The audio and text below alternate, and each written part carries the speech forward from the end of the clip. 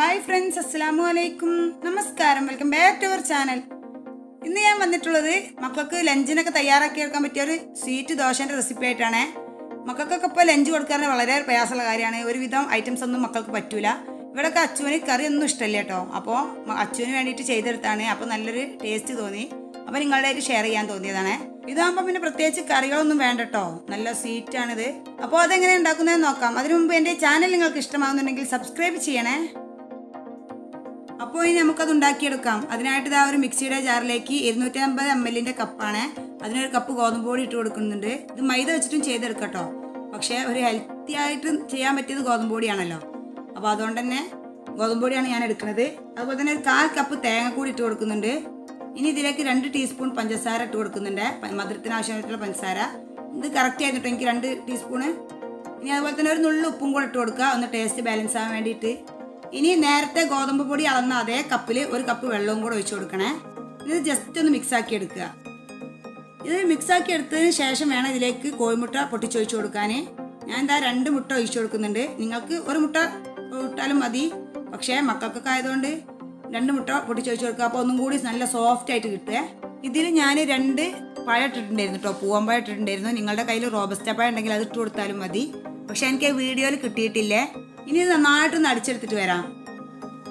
ഇപ്പോൾ ഞാൻ ഇത് അടിച്ചെടുത്തിട്ടുണ്ട്. ഇനി ഇതാ ഇതുപോലെ ഒരു പാത്രത്തിലേക്ക് മാറ്റി കൊടുക്കുകയാണ്.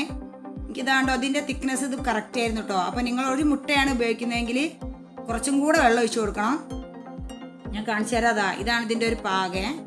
ഇത്ര ലൂസ് ആവണം. അപ്പോൾ അതുകൊണ്ട് തന്നെ ഒരു മുട്ടയാണെങ്കിൽ കുറച്ചും കൂടെ വെള്ളം ഒഴിച്ചു കൊടുത്താൽ മതി. ഇനി നമുക്കിത് ചുട്ടെടുക്കാം. അതിനായിട്ട് ഞാൻ എന്താ ഇതുപോലെ ഒരു ഫ്രൈ പാൻ ആയിട്ട് അടുപ്പത്ത് വെച്ചിരിക്കുന്നത്.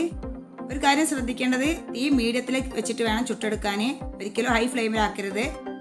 ഇനി അതുപോലെ തന്നെ കട്ടിയൊക്കെ നമ്മുടെ ഒരു ആവശ്യത്തിനനുസരിച്ച് ആക്കട്ടോ. ഞാൻ അധികം അങ്ങോട്ട് കട്ടി കുറക്കുന്നില്ല. ഇനി ഇതുപോലെ ഒന്ന് ജസ്റ്റ് ഒന്ന് പരത്തി കൊടുക്കുക.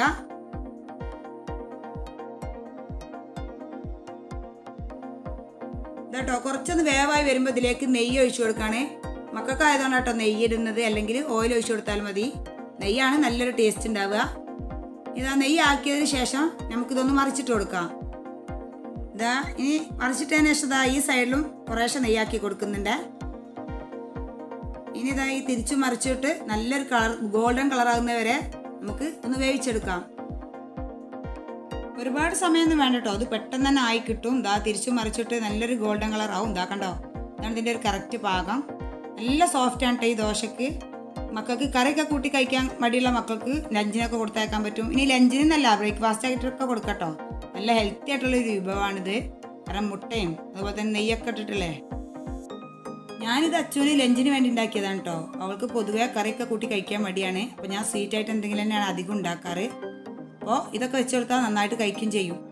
എൻ്റെ ഈ വീഡിയോ അപ്പോൾ നിങ്ങൾക്ക് ഇഷ്ടമായെങ്കിൽ ലൈക്ക് ചെയ്യുക, ഷെയർ ചെയ്യുക, സബ്സ്ക്രൈബ് ചെയ്യുക, തൊട്ടടുത്തുള്ള ബെല്ലൈക്കൺ ഒന്ന് പ്രസ് ചെയ്യുക. ഇൻഷാ അല്ലാഹ് മറ്റൊരു വീഡിയോ ആയിട്ട് കാണാം.